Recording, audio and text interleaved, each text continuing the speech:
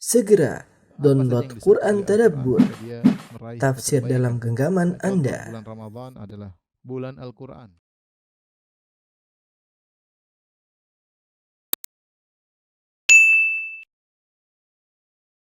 Bismillahirrahmanirrahim. Assalamualaikum warahmatullahi wabarakatuh.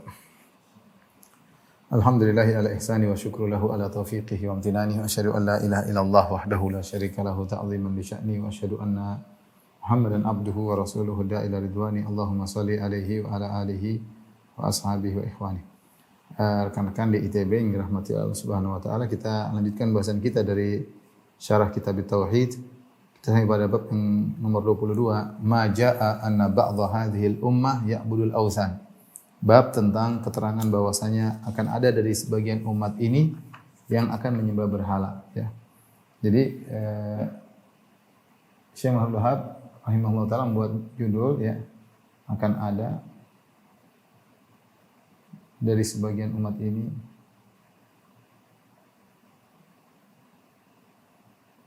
yang akan menyembah berhala, akan dari sebagian umat ini yang menyembah berhala.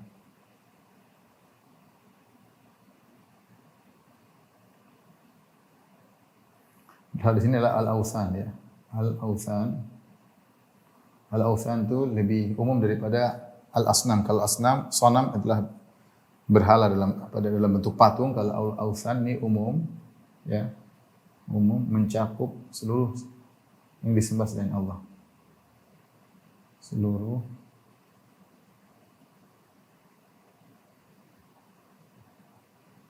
yang disembah selain Allah. Para syurrahu kitab tauhid, para pensyarah kitab tauhid menjelaskan kenapa Syekh Muhammad Wahab membuat bab ini. Apa tujuan bab ininya? Tujuan bab ini adalah untuk membantah persangkaan sebagian orang yang mengatakan tidak akan ada lagi kesyirikan, ya. Untuk membantah orang-orang yang menyatakan tidak akan ada lagi kesyirikan. Tidak akan ada lagi kesyirikan. Sehingga mereka mencela, ya, dakwah Syekh Muhammad Wahab rahimahullah, dakwah ahlu tauhid, seakan-akan kalian ini berdakwah tentang tauhid syirik. Syirik sudah tidak akan ada lagi. Ya. Mereka berdalil dengan hadis Nabi sallallahu alaihi wasallam, inna syaitan qad ayisa an ya'buduhul musallun fi jaziratil Arab. Sungguhnya syaitan telah putus asa untuk disembah oleh orang-orang yang salat di jazirah Arab. Sehingga mereka mengatakan tidak ada lagi kesyirikan di jazirah Arab, ya. Kita ada 3 model manusia. 3 model manusia. Masalah pengkafiran.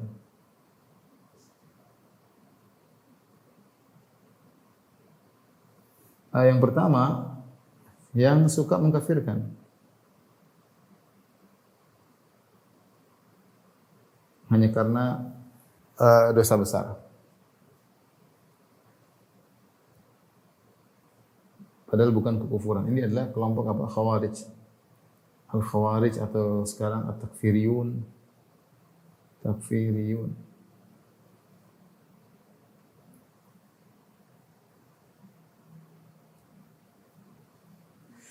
Ini suka apa namanya?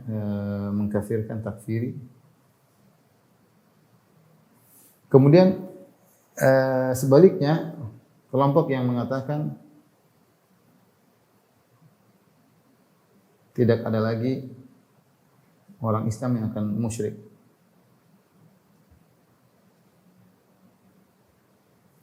Ya, inilah yang kelompok yang sedang dibantah oleh Syekh Muhammad Wahab rahimahullah taala. Adapun ahlu sunnah atau salafiyun atau ahlu sunnah, mereka menyatakan bahwasanya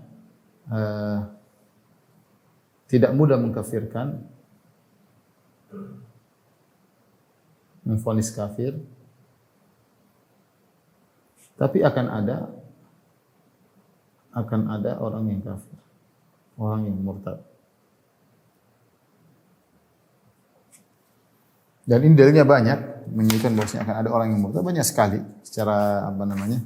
Sederhana kita bantah secara sederhana, ya, bahwasanya akan ada orang yang murtad. Contoh di zaman Abu Bakar, banyak yang murtad. Di antara kemurtadan mereka adalah dengan menolak hukum zakat. Mereka tidak mau bayar zakat. Kata mereka zakat hanya di zaman Nabi sallallahu alaihi wasallam.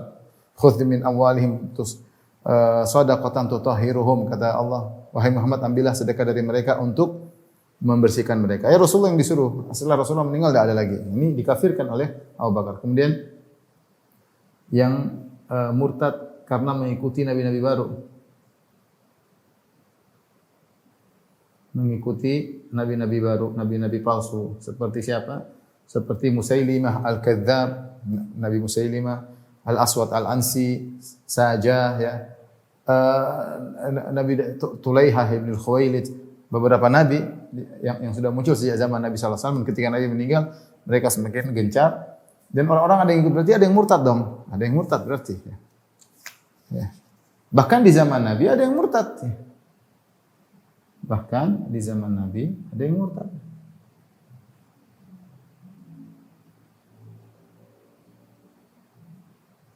Di zaman Nabi ada yang murtad, ya. Kemudian di dalam buku-buku fikih 4 mazhab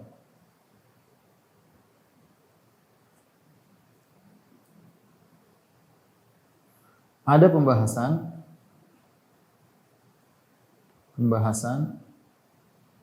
ahkamul murtad, ya. Ahkam al-murtad. Hukum-hukum terkait orang murtad. Kemudian mereka menyebutkan sebab-sebab kemurtadan. Dalam buku mazhab Syafi'i ada, dalam buku mazhab Maliki ada, dalam buku mazhab Hambali ada, paling banyak dalam buku mazhab Hanafi. Sebab-sebabnya banyak. Sampai ada yang mengatakan, kalau kita kumpulkan perkataan fuqaha, mereka menyebutkan puluhan sebab kemurtadan. Ketika mereka membahas ahkamul murtad, menunjukkan akan ada orang Islam yang murtad, makanya dibahas permasalahan tersebut. Ya. Kemudian yang jadi masalah ini ada kelompok pertama, ya. Kelompok kedua, kelompok ketiga. Jadi Ahlus Sunnah mengatakan kita tidak memvonis orang kafir secara gampang, tapi akan ada yang murtad. Kalau mereka memang sudah terjerumus dalam kekufuran, ya setelah ditegakkan hujjah, izalatus syubhah, dihilangkan syubhatnya, iqamatul hujjah, ditegakkan hujjah, dia masih ngeyel, berarti dia kafir. Bukan, kita tidak seperti Khawarij atau Takfiriyun, ya, yang mengkafir-kafirkan dengan mudahnya, ya. Dan kita juga tidak seperti orang-orang yang menyatakan tidak ada orang Islam yang syirik. Ini banyak di antara mereka yang kuburiyun, ya.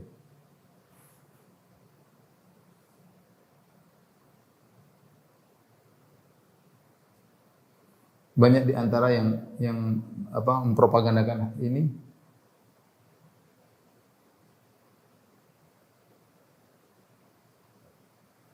adalah kuburiyun.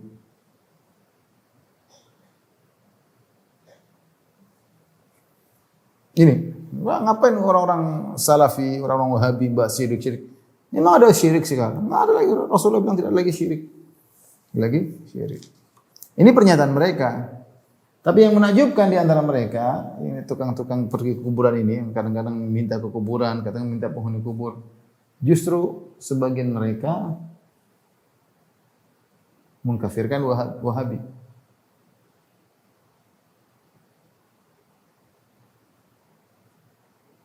Salafi. Ini aneh. Yang mau sufi model apapun tidak dikafirkan, yang mau apa kayak mau gabung sama liberal tidak dikafirkan, yang masuk sama apa sih dilakukan, tidak ada masalah. Yang wahidatul wujud tidak dikafirkan. Begitu ada Wahabi dibilang kafir. Saya baca fatwa tentang kafirnya Wahabi, kafirnya Salafi. Kenapa kafir? Pertama karena menyatakan Allah di atas. Yang kedua karena mengatakan Allah bicara dengan suara, kafir. Subhanallah. Fatwa tidak sah salat di belakang Wahabi. Tapi Anda bilang tidak ada kesyirikan, tapi Wahabi Anda kafirkan. Ini aneh. Ini kenyataan pahit yang kita lihat. Baik. Apa dalil mereka bahwasanya? Dalil mereka bahwasanya tidak akan terjadi kekufuran.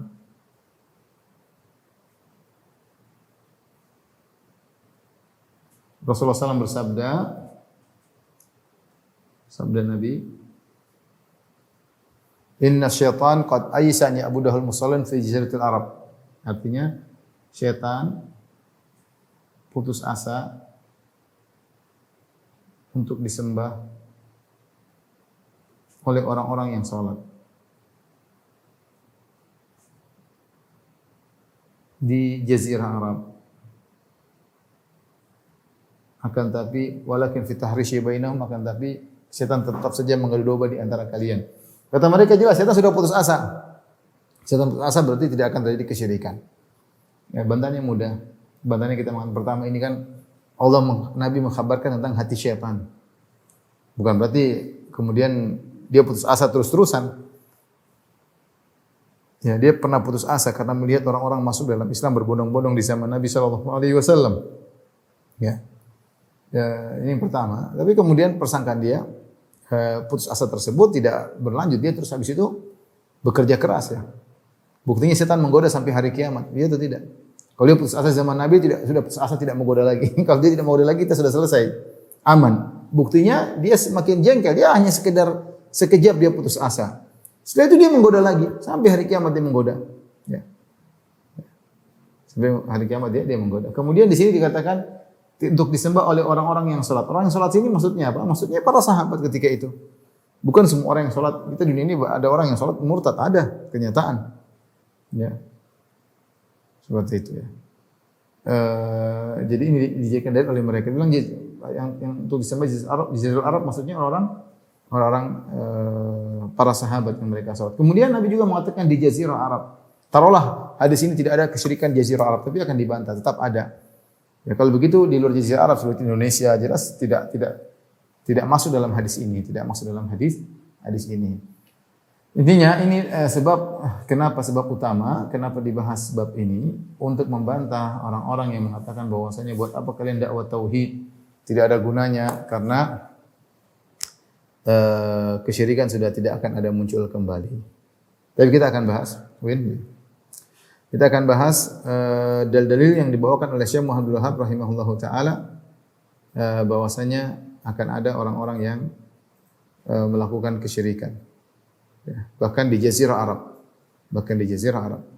Tapi yang pertama saya bawakan tidak urut, saya bawakan hadis yang pertama sebagai pacuan kita atau acuan kita dalam pembahasan berikutnya.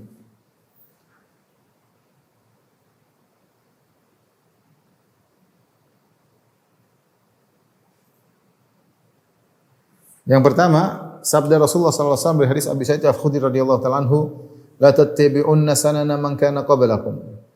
Hadzwal qudzati bil qudzah, hatta law dakhalu juhra dhabbin la dakhaltumuh. Kata Nabi sallallahu alaihi wasallam, la tattabi'unna, itu demi Allah kalian benar-benar akan mengikuti.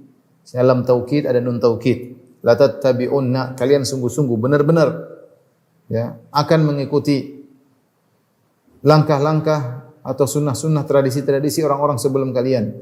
Hadzwal qudzati bil qudzah, sebagaimana sejajarnya qudzah dengan qudzah. Ya, qudzah dengan qudzah itu sebelumnya mengatakan qudzah itu seperti ini apa namanya anak panah. Di sini dikasih bulu. Ya. Bulu sebelah kiri, bulu sebelah kanan. Disebut qudzah. Al-qudzah. Jadi kata Nabi SAW, kalian akan mengikuti umat-umat terdahulu sebagaimana samanya atau sejajarnya buluh anak panah sebelah kiri dengan buluh anak panah sebelah kanan.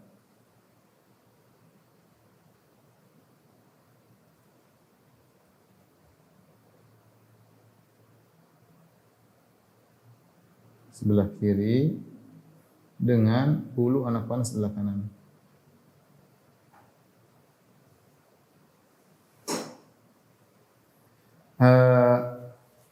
Kita tahu ketika orang ingin membuat anak panah, dia akan menyamakan bulu kanan bulu kiri, tidak akan beda. Kalau beda nanti anak panahnya tadi akan terbang tanpa keseimbangan, sehingga sulit untuk diarahkan. Makanya bulu kanan bulu kiri dibuat sama.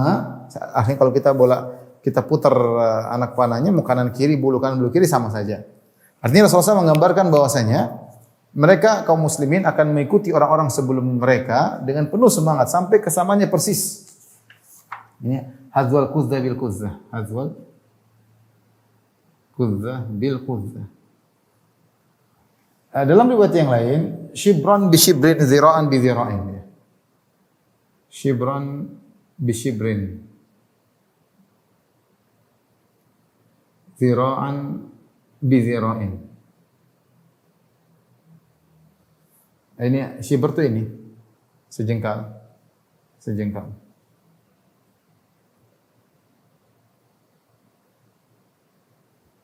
Kalau zira' sehasta.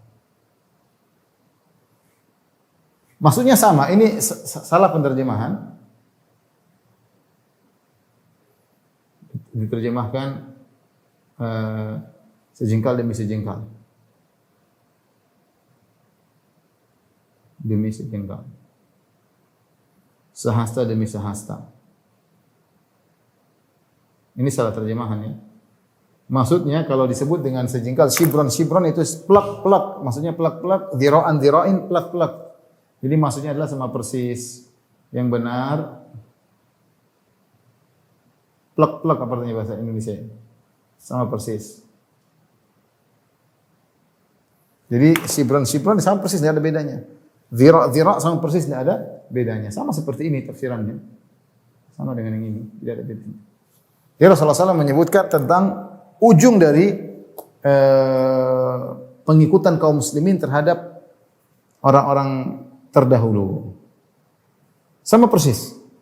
Sampai Rasulullah SAW mengatakan, hatta law dakhalu juhra dhabbin, kalau mereka masuk, orang tersebut masuk dalam lubang dhab, la dakhaltumu, kalian akan semangat masuk mengikuti orang tersebut.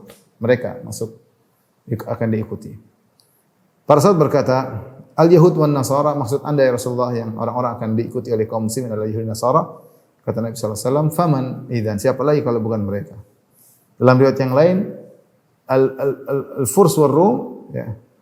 Apakah Persia Romawi? Kata Nabi sallallahu alaihi wasallam, "Faman, siapa lagi kalau bukan mereka? Wa manin nasi illa ulaik."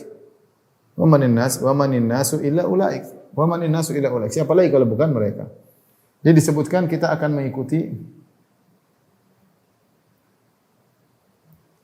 mengikuti umat-umat terdahulu.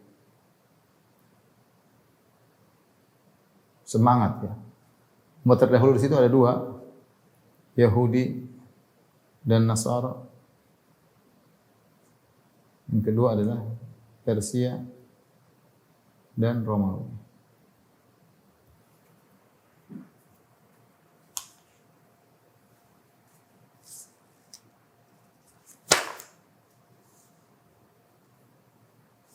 Ada yang mengatakan Yahudi Nasara akan diikuti dari sisi akidah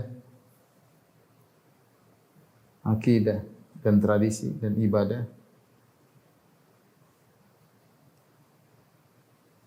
Adapun Persia Romawi dari sisi hukum dan politik diikuti. Hukum dan politik. Tapi ini hanya penjelasan sebagian ulama. Yang benar Persia, Romawi juga banyak, Yunani banyak. Yunani sekarang masuk filsafat, masuk kemana-mana. Tapi ini menunjukkan semangatnya kaum muslimin untuk mengikuti orang-orang terdahulu. Bahkan kalau masuk lubang dhab. Kenapa disebut lubang dhab? Karena lubang dhab ini lubang yang sudah jorok, kemudian sempit, kemudian berkelak-kelok, sulit untuk dimasuki. Lubang cuma satu, tidak lubang masuk, lubang keluar. Jadi lubang masuk itulah lubang keluar juga. Jadi masuk keluar lagi sulit. Artinya kalau ada orang yang nekat masuk lubang yang sesulit itu akan diikuti oleh kaum muslimin.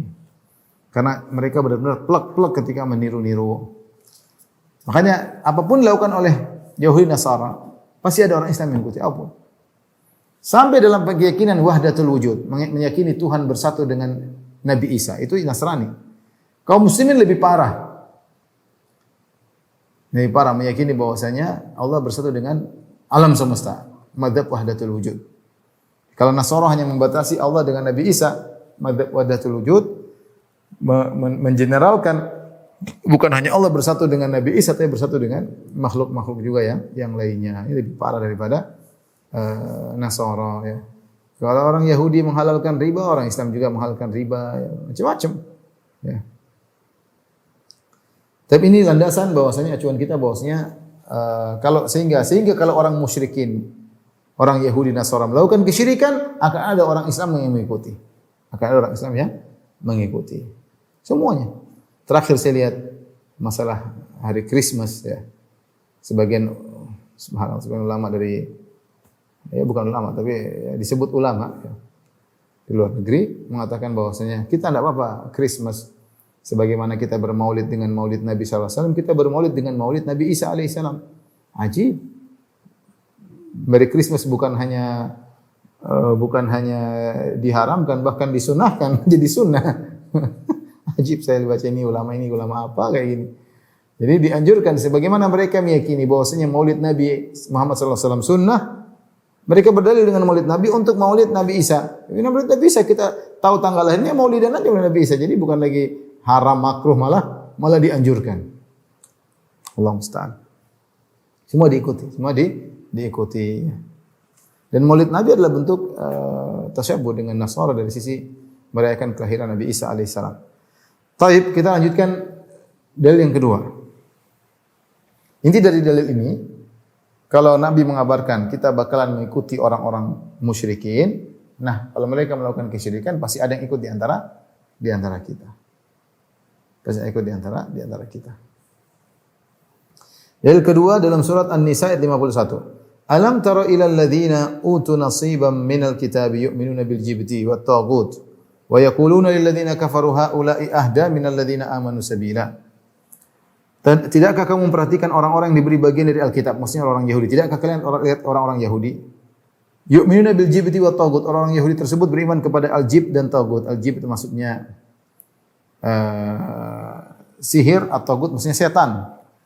Wa yaquluna lil ladzina kafaru, dan mereka orang Yahudi tersebut berkata kepada orang musyrikin Mekah, haula'i ahda minal ladzina amanu sabila. Kalian orang musyrikin Arab, orang-orang musyrik Mekah lebih benar jalannya daripada orang-orang beriman, daripada pengikut Muhammad. Jadi ayat ini menjelaskan tentang sifat Yahudi yang mudahanah, yaitu berbasa-basi sampai mengatakan kebatilan demi menyenangkan orang lain, membenarkan yang batil. Ketika orang-orang Yahudi dipimpin oleh Huyai bin Akhtab dan Ka'ab bin Ashraf, mereka datang dari Madinah pergi ke Mekah untuk memprovokasi orang-orang Mekah, Quraisy untuk menyerang kota Madinah yang ketiga kali dalam perang Khandaq. Jadi mereka ini beberapa orang Yahudi provokasi kemana-mana, sampailah mereka mengajak orang-orang Quraisy untuk menyerang kembali kota Madinah dalam perang Khandaq. Maka orang-orang Quraisy pingin tas mereka. Orang kafir Quraisy berkata, mana yang lebih baik, kami ataukah Muhammad?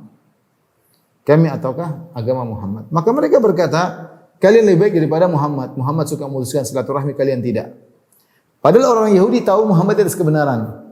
Tapi demi untuk melegalkan apa yang mereka hendak tujui, maka mereka menghalalkan, menyatakan kaum musyrikin lebih buruk, lebih baik daripada kaum muslimin. Padahal mereka tahu penyembahan berhala adalah buruk. Ini adalah kaidah orang Yahudi, al-ghayah tubarrirul wasilah. Tujuan menghalalkan segala cara. Akhirnya Allah tegur, kata Allah, alam tara ilal ladzina utu nasiban minal kitab. Tidakkah kalian lihat orang yang diberi bagian dari Alkitab, maksudnya orang Yahudi? Yu'minuna bil jibti wat taghut. Di antara ciri-ciri mereka beriman kepada jibt, kepada sihir, wa taghut beriman kepada setan atau kepada dukun.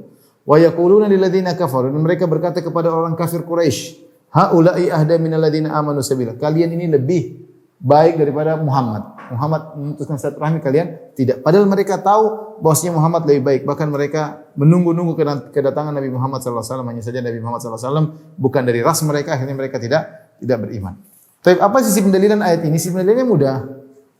Allah Subhanahu Wa Taala menyebutkan sifat orang-orang Yahudi, ya, yu'minuna bil jibti wat taghut. Mereka beriman kepada sihir dan syaitan. Taghut juga dukun.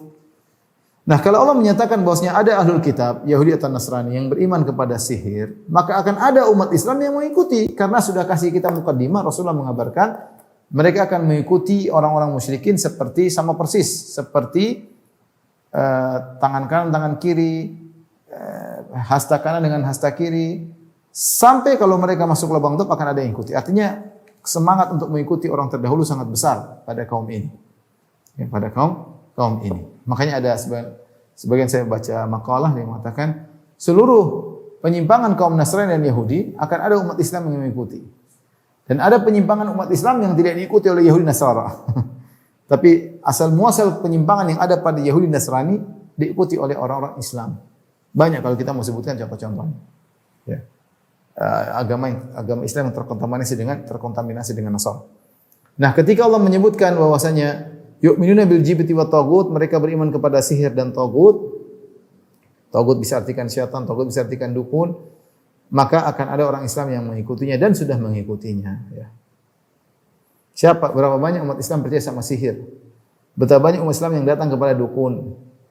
Betapa banyak umat Islam yang mengikuti syaitan? Ini semuanya adalah tradisi Yahudi yang diikuti oleh kaum muslimin. Baik, dalil yang ketiga. Qul hal unabbi'ukum bi syarrin min dzalika mathubatan indallah. Ingat, pembahasan kita adalah membuktikan bahwasanya akan ada orang-orang melakukan kesyirikan. Sehingga kita dakwah tauhid harus gencar. Jangan kita termakan propaganda yang mengatakan tidak lagi orang musyrik, enggak ada. Enggak ada, sudah, enggak usah ngapain dakwah tauhid intinya memecah belah umat, enggak perlu, enggak ada lagi kesyirikan. Di antara dalil membantah akan hal ini firman Allah Subhanahu wa taala surat Al-Maidah ayat 60. Qul hal unabbi'ukum bi syarrin min dzalika mathubatan indallah. Maka aku kabarkan kepada kalian tentang orang-orang yang lebih buruk pembalasannya dari orang-orang fasik di hadapan Allah. Man la'anahu Allah. Siapa orang yang paling buruk ini adalah orang yang dilaknat oleh Allah. Wa ghadiba alaihi, dan dimurkai oleh Allah. Wa ja'ala minhumul qiradatal khanazir, dan mereka dijadikan sebagian mereka oleh Allah jadi monyet-monyet dan babi-babi. Wa abadat taghut, dan ciri-ciri mereka menyembah taghut. Ulaika syarrum makana wa adallu an sawa'i sabil. Mereka adalah umat yang terburuk kedudukannya dan paling sesat dari jalan yang lurus. Ini adalah kembali lagi Allah menyebutkan tentang sifat-sifat Bani Israel, sifat Yahudi. Yahudi itu sifat-sifatnya adalah wa abadat taghut, mereka beribadah kepada taghut. Nah, kalau Allah sudah sebutkan sifat Yahudi, beribadah kepada taghut, akan ada dari umat Islam yang seperti itu. Percaya kepada dukun, tukang sihir dan yang lainnya. Dan yang lainnya. Orang-orang Yahudi, ya, mereka sombong ketika ketemu Nabi SAW, kata mereka, kami adalah sya'bullahil mukhtar, kami adalah golongan yang terpilih oleh Allah Subhanahu wa taala. Ya. Dan mereka memuji-muji ras mereka, terutama dalam kitab Talmud. Mereka menganggap bahwasanya manusia yang diciptakan selain mereka kedudukannya seperti hewan. Cuma mereka diciptakan mirip manusia bentuknya agar bisa melayani orang-orang Yahudi. Mereka meyakini ya seperti itu. Jadi mereka menganggap mereka adalah yang terbaik. Maka Allah bantah, Allah suruh Nabi membantah. Qul hal unabbi'ukum bi syarrin min dzalik. Maka aku kabarkan lebih buruk daripada ini semua. Yaitu nenek moyang kalian. Man la'anahu Allah. Nenek moyang kalian dulu ada yang dilaknat oleh Allah. Wa ghadiba alaihi, dimurkai oleh Allah. Wa ja'ala minhumul qiradah wal khanazir. Di antara nenek moyang kalian ada yang dijadikan al-qiradah yaitu monyet, wal khanazir babi-babi. Di antara sifat mereka adalah wa abadat taghut. Mereka itu menyembah taghut. Jadi kita tahu kisah bagaimana kaum Yahudi berubah menjadi monyet, ya. Yang Allah sebutkan dalam beberapa ayat, di antaranya dalam surat Al-Baqarah, wa laqad alimtumul ladzina atadaw minkum fis sabti faqulna lahum kunu qiradatan khasi'in. Sungguh kalian telah mengetahui kesalahan nenek moyang kalian yang dilakukan pada hari Sabtu, dan kami katakan kepada mereka kunu qiradatan khasi'in, jadilah kalian kera-kera yang hina. Allah sebut dalam surat Al-A'raf 163, kata Allah, was'aluhum 'anil qaryati allati kanat hadiratal bahri idh ya'duna fis sabti idh ta'tihim hitanuhum yawma sabtihim syurra'a wa yawma la yasbituna la ta'tim kadzalika nabluhum bima kanu yafsukun. Kata Allah, tanyakanlah kepada orang Yahudi yang membanggakan nenek moyang mereka tentang sebagian cerita nenek moyang mereka di sebuah negeri di pinggiran pantai. Ya. Tatkala mereka melakukan pelanggaran pada hari Sabtu. Ya. Kenapa Allah melarang mereka untuk bekerja pada hari Sabtu? Sementara pada hari Sabtu, ista'tihi tan yaum sabtihim syurra'a. Ketika hari Sabtu, ikan-ikan datang sangat banyak, bahkan terapung-apung di permukaan air. Ikannya seperti nantang, ingin ditangkap. Itu hari Sabtu. Tapi mereka dilarang untuk menangkap. Wa yauma la yasbituna la ta'tim. Adapun selain hari Sabtu, ikan-ikan enggak ada yang datang. Kadzalika nabluhum bima kanu yafsukun. Kami uji mereka atas kefasikan mereka sebelumnya. Allah uji mereka, dilarang ngambil ikan hari Sabtu, tapi hari Sabtu ikan banyak. Hari Minggu, Senin, Selasa, Rabu, Kamis, Jumat ikan sedikit atau hampir tidak ada. Nah, bagaimana cara mereka mendapat ikan? Akhirnya mereka melakukan hilah, tipuan, trik. Ikan muncul hari Sabtu. Hari Jumat, sebagian mereka ada yang menggali lubang di pinggiran pantai. Nggak dibikin apa? Dibikin lubang aja, bikin lubang. Lama-lama hari Sabtu, kemudian air pasang, ikan-ikan sampai ombak sampai ke pinggir, sebagian ikan nyantol di lubang-lubang tersebut, tidak bisa keluar lagi. Nyantol di lubang-lubang. Ada ombak datang, ikannya nyantol, kemudian tidak bisa. Kemudian satu orang boleh ambil makan. Dia ngambilnya hari Minggu, bukan hari Sabtu. Karena Sabtu dilarang bekerja, ngambilnya hari Minggu. Pasang perangkap hari Jumat, ngambilnya hari Ahad. Terus mulai satu, diikuti lagi 2 orang, diikuti lagi 3 orang, semua diam semua, keempat. Akhirnya sampai banyak orang, maka ada sebagian dari Bani Israel yang salihin yang menegur mereka. Ya. Kenapa kalian melakukan demikian? Ya. Intinya mereka ngeyel, akhirnya mereka dirubah menjadi monyet-monyet dan babi-babi. Ini kata Allah, man la'anahu Allah ghadiba alaihi wa ja'ala minhumul qirratal khanazir wa abada taghut. Mereka kemudian dirubah menjadi monyet babi. Tapi monyet-monyet babi tersebut tidak ada keturunannya. Bisa baca kisahnya dalam tafsir Ibnu Katsir, ya, kisah yang panjang tentang hal ini. Intinya Allah rubah mereka jadi monyet karena mereka melakukan suatu keburukan yang sangat mirip dengan kebaikan. Mereka suka melakukan hilah, trik untuk penghalalan padahal hukumnya haram. Ya. Padahal hukumnya haram. Contohnya seperti trik ini. Bagaimana mengambil ikan, pasang perangkap hari Jumat, ngambilnya hari Ahad. Hari Sabtu enggak kerja. Tapi lihat tujuannya ketahuan oleh Allah Subhanahu wa taala. Sehingga karena mereka menampilkan suatu kebatilan yang sangat mirip dengan kebenaran, kebatilan tersebut hilah, trik yang sangat mirip dengan kebenaran padahal dia kebatilan, maka sebenarnya mengatakan Allah merubah mereka menjadi monyet karena monyet adalah makhluk yang sangat mirip dengan manusia tapi bukan manusia. Jazaan wifaqa, pembalasan yang setimpal. Mereka ingin menutupi menampilkan suatu kebatilan yang seperti kebenaran, maka Allah rubah mereka batil, monyet seperti manusia.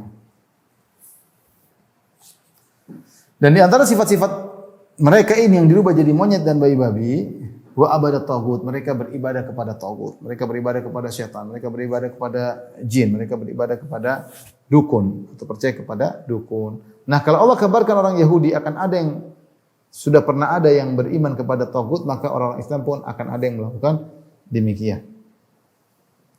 Dalil berikutnya, dalil yang keempat, Allah Subhanahu wa taala berfirman, qala alladziina ghalabu ala amrihim lanattakhidanna 'alaihim masjida.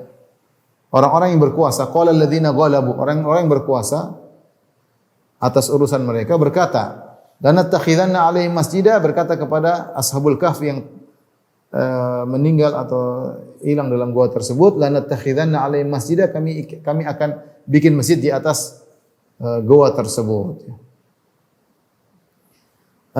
Kisah Ashabul Kahfi ma'ruf, Ashabul Kahfi yang mereka tidur selama 309 tahun. Kemudian karena lari dari kejaran seorang raja. Mereka lari, kemudian mereka tidur, tidur, ternyata mereka tidurnya bukan 1 tahun, 100 tahun, bahkan mereka tidur 309 tahun. Walhasil akhirnya mereka ketahuan, akhirnya mereka pun kembali setelah 300 tahun mereka sadar, mereka sudah melihat kondisi semua sudah berubah. Rumah-rumah sudah berubah, pasar-pasar sudah berubah, papua sudah berubah, orang-orang sudah berubah. Sampai akhirnya mereka pun ketahuan bahwasanya mereka orang-orang saleh. Akhirnya datanglah penguasa. Tatkala melihat gua mereka, penguasa berkata, lanattakhidanna 'alaihim masjida. Kami akan jadikan kuburan di atas jadikan masjid di atas kuburan mereka. Ya, jadikan masjid di atas mereka. Lanattakhidanna 'alaihim masjida.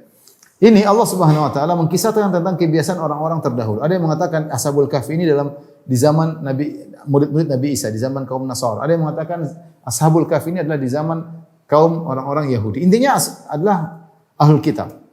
Ahlul Kitab. Dan di antara kebiasaan penguasa Ahlul Kitab zaman dahulu, yaitu mereka membangun kuburan di atas orang-orang soleh. Dan ini sebagaimana yang Allah sebutkan atau Nabi SAW sebutkan tentang pernyataan Ummu Salamah. Ummu Salamah ketika dia berhijrah ke negeri Habasyah, dia bertanya kepada Nabi tentang gereja yang dia lihat dan situ ada gambar-gambar patung-patung. Maka Nabi jelaskan, inna ulaika idza kana fihim rajulus salih famata banu ala qabri masjidan. Mereka itu kebiasaan orang Nasara, kalau ada orang saleh meninggal di antara mereka, dibangunlah kuil ibadah di atasnya, ya.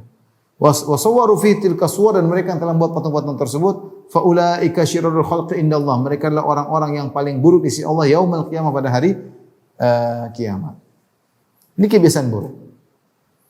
Ya, kebiasaan buruk. Nah, kalau apa? Nah, Syekh Abdullah ingin mengatakan, kalau ada orang-orang Nasara yang biasa membuat kuburan di atas orang soleh dan akhirnya mengantarkan pada peribadatan kepada orang soleh tersebut, maka akan ada umat Islam yang seperti ini. Sekarang terjadi umat Islam. Orang soleh kemudian di semen, kemudian dikapur, dikasih nama, dikasih lampu, dikasih kelambu, dikasih kubah, masya Allah, kayak masjid persis. Kayak masjid kasih ada kubahnya, ada kubahnya.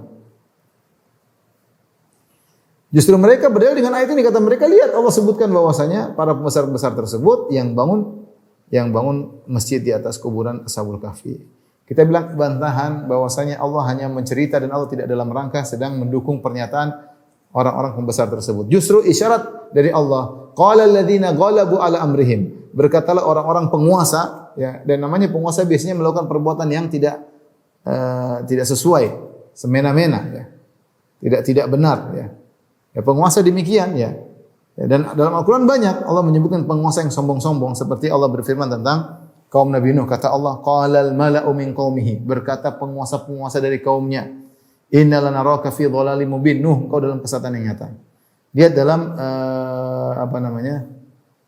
kaum Hud, kata Allah, qalal mala'u alladziina kafaru min qaumihi inna lanaraka fi safaha, berkata orang-orang kafir, al-mala' yaitu penguasa-penguasa kafir dari kaum Nabi Hud yang berkata, inna lanaraka fi safaha, menurut kami engkau dalam kebodohan wahai Hud. Demikian juga dalam dalam kisah Nabi Syuaib, ya. Nabi Saleh. Qala al-mala'u alladziina istakbaru min qaumi, berkata pembesar-besar yang sombong. Jadi namanya pembesar-besar itu Allah sebutkan dalam Al-Qur'an biasanya untuk menunjukkan celaan. Di sini Allah mengatakan qala alladziina ghalabu ala amrihim, berkata orang-orang yang berkuasa bangun masjid di atas kuburan mereka. Ini Allah sedang memperingatkan, ini kebiasaan mereka. Bukan untuk diikuti, diikuti. Namun ahlul bidah mereka justru berdalil dengan ayat, kata mereka boleh tuh bangun masjid atas kuburan. Allah berfirman demikian. Kita bilang terlalu banyak hadis-hadis yang tegas menyatakan dilarang untuk membangun masjid di atas kuburan, banyak sekali. Ya. Dan ini kebiasaan orang-orang Yahudi Nasara. Bahkan mengusap-ngusap kuburan yang tiang-tiang atau dinding-dinding ada di kuburan, mengusap dinding-dinding ada di kuburan cari keberkahan, adalah kebiasaan Yahudi Nasara. Sebagaimana dinyatakan oleh Al-Ghazali dalam kitabnya Ihya Ulumuddin, dia mengatakan bahwasanya tamassul bil jidran, mengusap-usap dinding kubur, min adatil Yahud wan Nasara, tradisi orang Yahudi Nasrani, dan diikuti oleh kaum muslimin.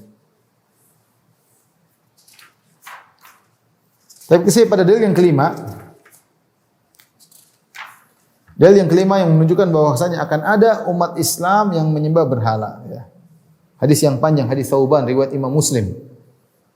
Hadis Thauban radhiyallahu anhu bahwasanya Rasulullah SAW bersabda, "Innallaha zawaliyal arda."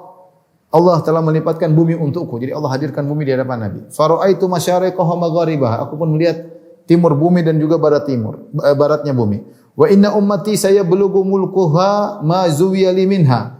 Dan kerajaan kekuasaan umatku akan diperluas oleh Allah sampai sesuai dengan apa yang aku lihat, diperlihatkan oleh Allah. Ya Allah perlihatkan kekuasaan engkau sampai sekian di kemudian hari.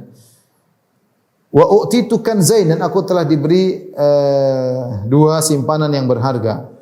Al-ahmar wal abyad, merah dan putih, maksudnya adalah Imperium Persia dan Romawi.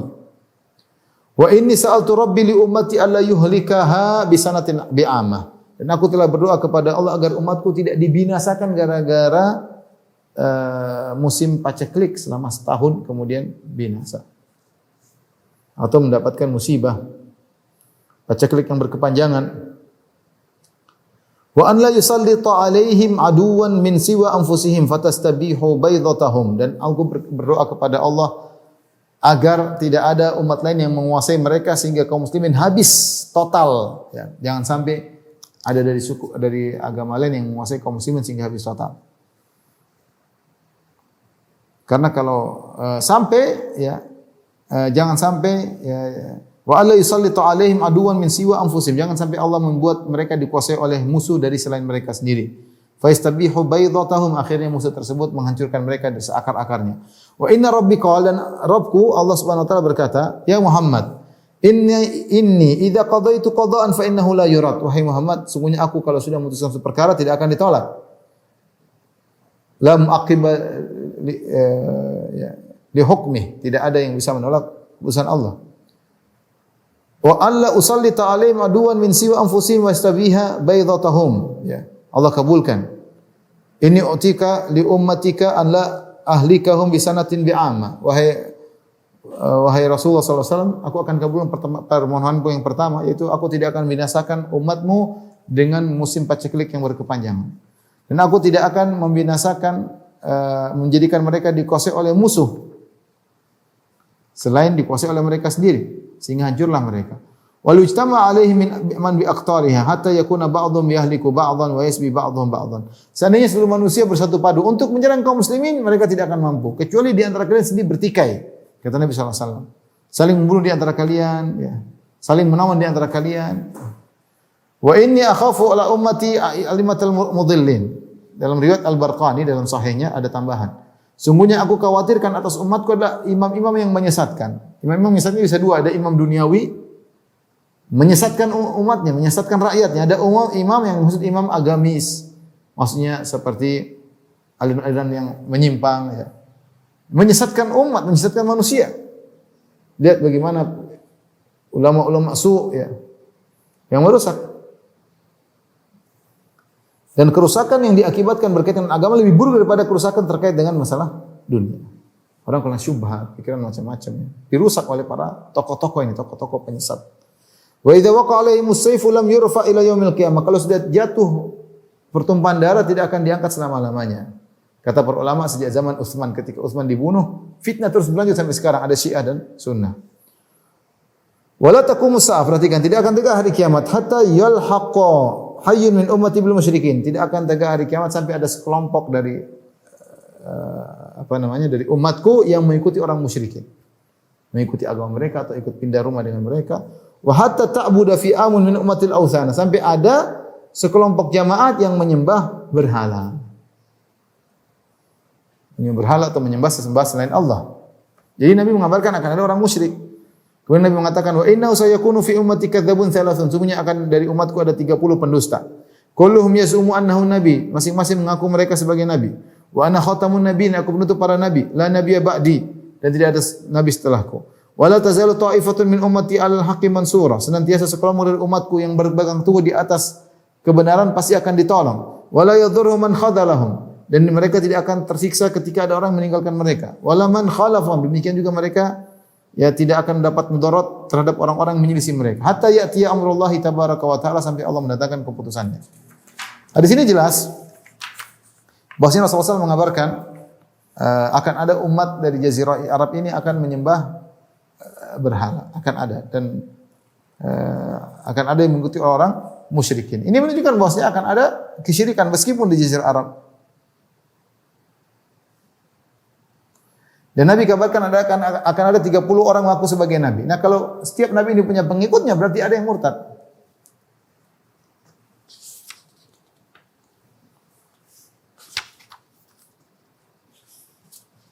Tadi kata Nabi, la taqumus saa'ah hatta yalqa hayyun min ummati bil musyrikin. Tidak tegak hari kiamat hingga ada di antara umatku yang mengikuti orang-orang musyrik. Mengerikan.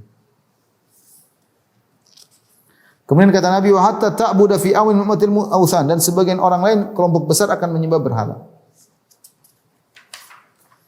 Ini ikhwan dan akhwat yang dirahmati Allah Subhanahu wa taala, sederhana tentang bab ini. Intinya Syekh Abdul Wahab ketika menulis bab ini, karena ada isu yang mengatakan bahwasanya tidak ada namanya kesyirikan, ngapain kalian dakwah ini, dakwah tauhid itu tidak ada kesyirikan, percuma.